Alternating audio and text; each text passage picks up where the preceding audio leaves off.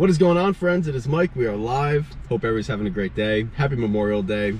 It's a beautiful Monday, beautiful Memorial Day, and what better way to celebrate the holiday weekend but get a leg day in? And that's just what we did. I wouldn't have had it any other way. And I'll tell you something, the gym was busy. I was very impressed and surprised to see so many people getting their lifts in, not negotiating themselves out of their goals, their results, and we were among them. So awesome. Hats off to everybody that hit the gym today. So today was leg day. First, like, full-on leg day, because the last 2 weeks we've been doing a deload. The way that this program is set up, the last week of your first 6-week cycle, that last week you deload, and the first week of your second 6-week cycle you deload. So we're technically on our second week of this second 6-week cycle. So now we're back in the swing, full volume, crushing it, no excuses, just all out. And it was I feel rested, I'm not gonna lie, but the additional volume, I was like, oh, I was getting a little bit used to the less volume. But we shocked the system, did the full workout today, and we're gonna just continue to build on that foundation. So today was squats, 6 at RPE 9. We hit 280 for a set of 6.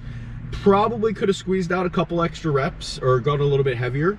I don't think it wasn't a true RPE 9, but the technique was good. I really liked the way that these looked. I like the way that these felt. Then we do a drop set, 85%, 5 doubles, 2 reps, 5 sets. Last set, as many reps as possible.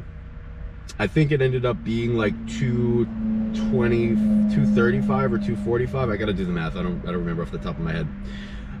But we actually hit it for a set of 15, which was, I'm very happy with that as well. Hitting a set of 15 on back squats is no laughing matter. So I'm happy with that. Then we moved it on to stiff leg deadlift on a deficit. We did 145, 5x5. Pretty standard.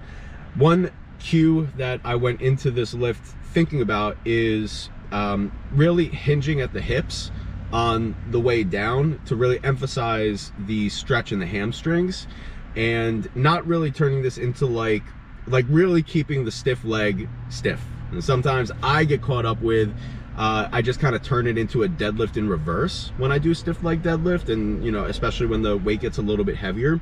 So I am going a little bit lighter than what I probably could do with incorrect technique. I'm going a little bit lighter, but drilling the proper technique, making sure that I'm emphasizing that stretch in the hamstrings, and keeping my back flat, not rounding, and also hinging at the hips to make sure that the technique is good and the form is good. And I didn't really review the footage before like this live.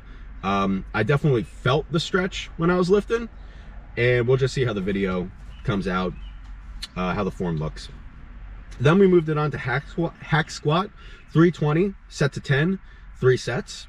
The last time I hit 320, it was a set of 8. So I cranked out 2 more reps at that weight, and it felt good. I got all 10 reps for each set, and we probably could, we'll go a little bit heavier. I think I have a little bit more work capacity in me for the next time, but the foundation's being laid.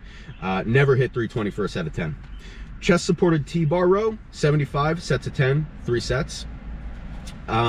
This one, I was getting a little bit fatigued towards the second and third set, so didn't quite get every set of 10. The way this program is worked out, what you want to do is that first set that you go for, we're doing what's called max rep sets. So you pick a rep range. In this example, it's 10. You do whatever weight you can do for 10 reps, and it should be like your 10 rep max, quote unquote. If you have gas in the tank to hit 10 reps each and every single lift, it wasn't technically your 10 rep max, because typically you would fatigue yourself if you're doing your 10 rep max 3 times in a row. So 75 is a good indicator that I was like, on the ball here, because I hit 75 for 10, then I hit it for like 6 or 8, and then I hit it for like 5 or 6. So the fatigue started to build up, and I only had enough endurance strength to get through like partial reps, which is okay, the way that this program is worked out. Then we moved it on to V-grip cable row, 110 sets of 10, 3 sets. Prone leg curl, 45 sets of 18, 3 sets.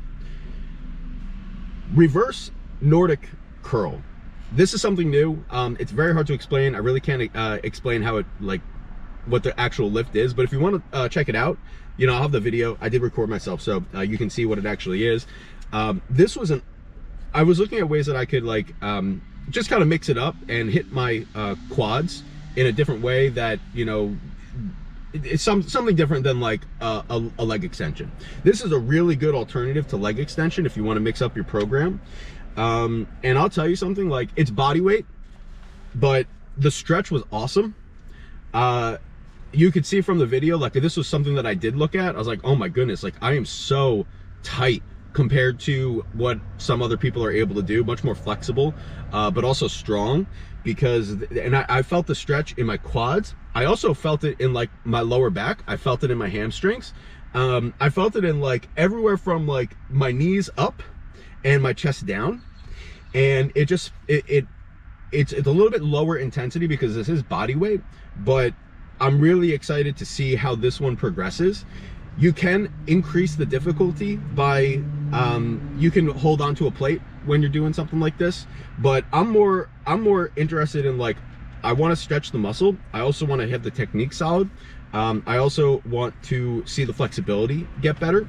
And ideally, the way that I'm looking at this is, like, if all of those areas can improve, it's going to yield a stronger muscle at the end of the day. It's just a different creative way to hit that kind of muscle group. And you can progressively overload it, you know, hold on to a 10-pound plate, a 25-pound plate, a 45-pound plate when we get to that point. And that's totally fine. But this one, it just felt really good. I'm not gonna lie. Then you can see from the video, I'm like so tight. Can't even go, like, I felt tight, and it felt like I was working. This is something very new, but I really enjoyed it, so I'm looking forward to working those in. And then to wrap it up, bicep curls. We did on the flat bench, 15 pounds. It's not that heavy, but the stretch, the range of motion is just so nice. And sets 18 for 3 sets. And that wraps it up. So, you know, that was our leg day. It was a long day, I'm not gonna lie. I was kind of taking it easy today because there's not really anything, you know, on the agenda today. I was like, you know, kind of got the free day.